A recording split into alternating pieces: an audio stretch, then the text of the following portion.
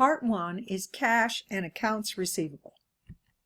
So first we're going to talk about our account that appears on the balance sheet called cash and cash equivalents. Cash is our most liquid asset, and cash equivalents are short-term investments that are highly liquid and easily converted to cash. This would include any type of securities that we hold or bonds that are going to be converted less than 3 months, and we call these trading securities. It's just where we park our money for a few days. Restricted cash is restricted from regular cash and is set aside for specific purposes and will appear as a long-term investment on the balance sheet. Now, bank overdraft treatment, GAAP versus the international standard. The GAAP rule is overdrafts can be offset against other accounts only if they're in the same bank account. Otherwise, they must be treated as a current liability. Under the international standard, we can just throw them all together. So let's take a look at an example. We have a company that has cash in a number of accounts, including $250,000 with Wright in one account and an overdraft of $10,000 at the same bank. In addition, they have a cash balance of $50,000 with Wells Fargo, an overdraft of $10,000 with Citibank, and an overdraft of $5,000 at Low Bank. How would this appear on the balance sheet under GAAP? Well, current assets would be the $250 minus the $10 plus the $50 in Wells Fargo. And then we would set up a current liability for the money in Wells Fargo. No, in Citibank and Wells Fargo Lowe's Bank for $15,000. Now, what does this look like under the international standard? We just throw them all together.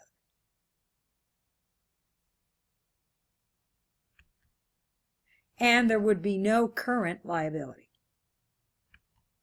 Now, trade and sales discounts. Trade discounts are ignored.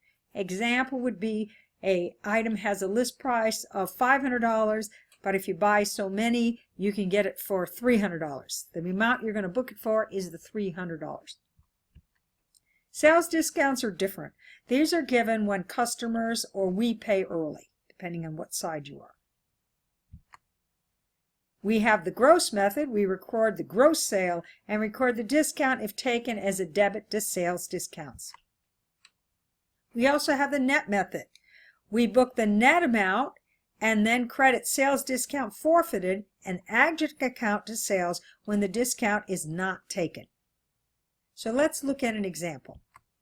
We have sold goods with a list price of $6,250 with a 20% trade discount on account, 3% in 10 days, net in 30. So first of all, remember, we don't consider trade discounts, so we're going to take the $6,250 times 80%, we get $5,000, and that's what we're going to book. This is the gross method. So we book all of it, and then if we're paid within terms, we're going to debit sales discount for the difference between the cash and what we receive. Now, if paid after 10 days, we would just record cash and accounts receivable. Now, what about the net method? We would do accounts receivable less the discount, and when paid, we would just record the cash and the accounts receivable. If they paid after, it would be cash, accounts receivable, sales discount forfeited.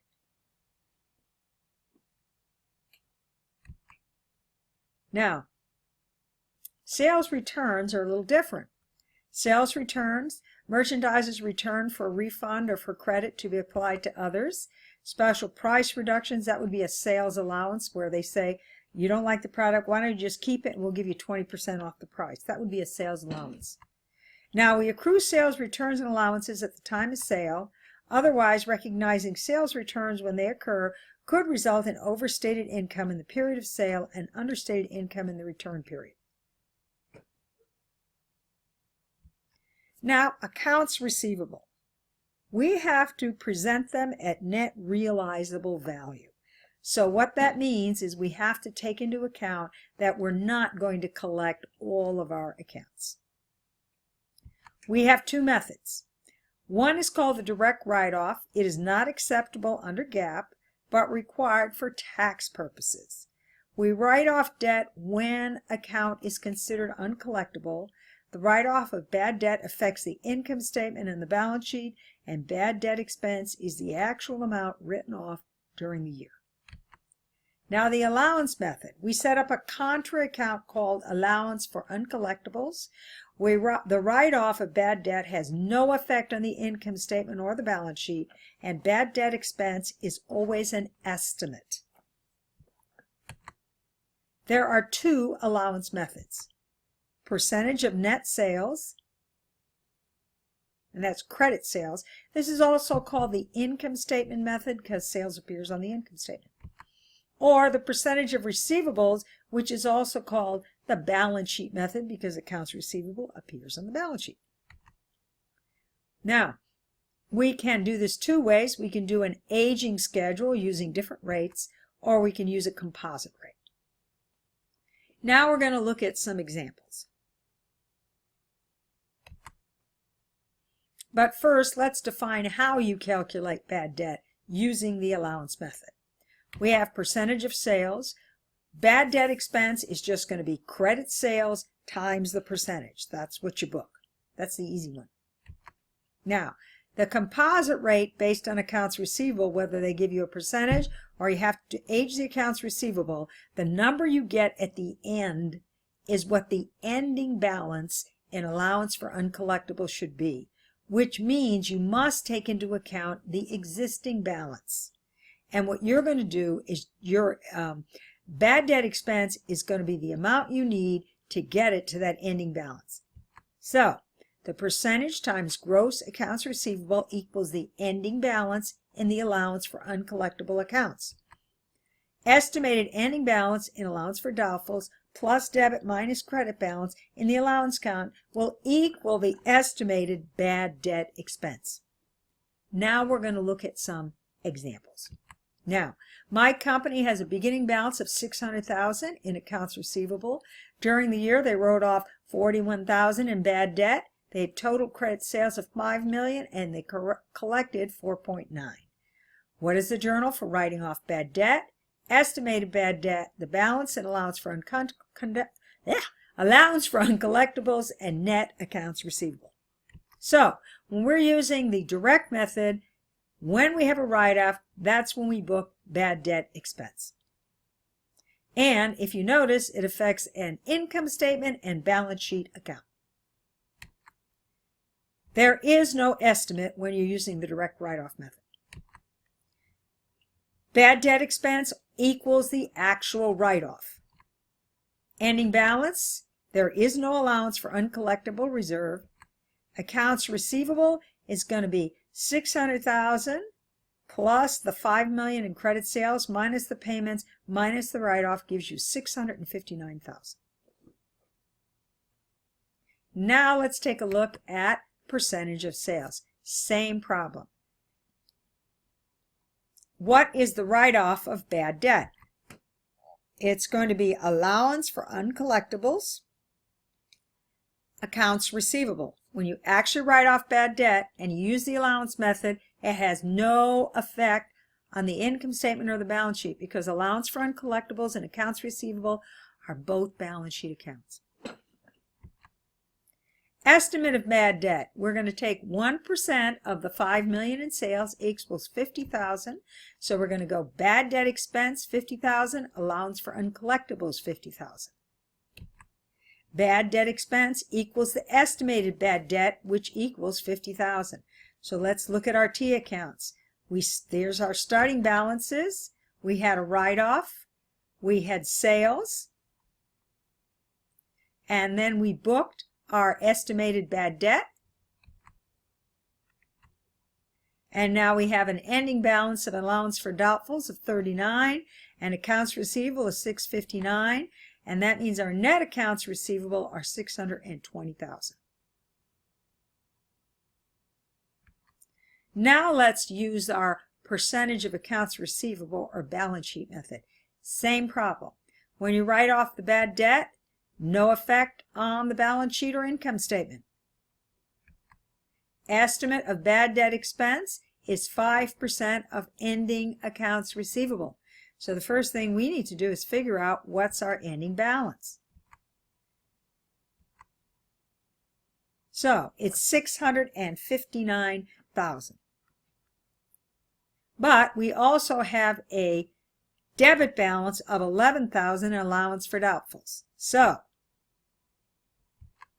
when we take 659 times 5%, it tells us our ending balance should be $32,950. However, we have an $11,000 debit balance, so we have to add that to that. So our actual bad debt expense is $43,950. And if you notice, if we plug that in, we get the ending balance we want, which is $32,950.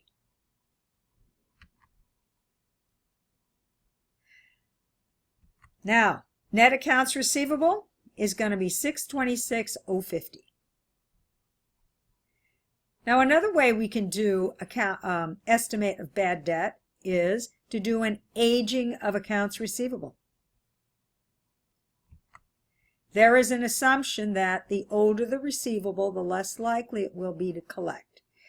Estimated ending balance of allowance for doubtful equals the total amount by age group times percentage equals estimated balance. Remember this also, whenever you do anything that's based on accounts receivable, the number you get is the ending balance in AFU, which means you must take into account the existing balances. So here is an example. We've gone through and we've aged our accounts receivable. You notice that the ones that are 0 to 30 days outstanding, we have the lowest chance of those not being collected. And the ones that are over 120 days, those we are saying that there's a 45% chance we will not collect that number. So now we're going to go through and do the same problem, except our write-off of bad debt, where our estimated based on aging is $40,200. So we still have the same bad debt expense.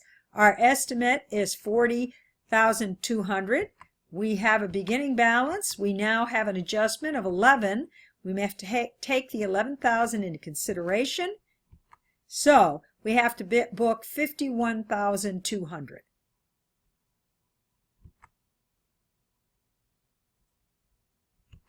And our ending bad debt is going to be $618,800. Now, what happens if somebody decides to pay us after we've written them off? Well, regardless of the method used, you must reestablish the original receivable amount and then record the payment, whether you use the direct write-off or you use the allowance method. So, J. Grant paid $15,000 on accounts receivable written off in a previous year. The direct write-off method, we'd establish the accounts receivable, credit bad debt expense, and then we'd show the payment. This means we have a trail. For the allowance method, we would record the accounts receivable, adjust allowance for uncollectable, and then book the cash. That ends this presentation, part 1.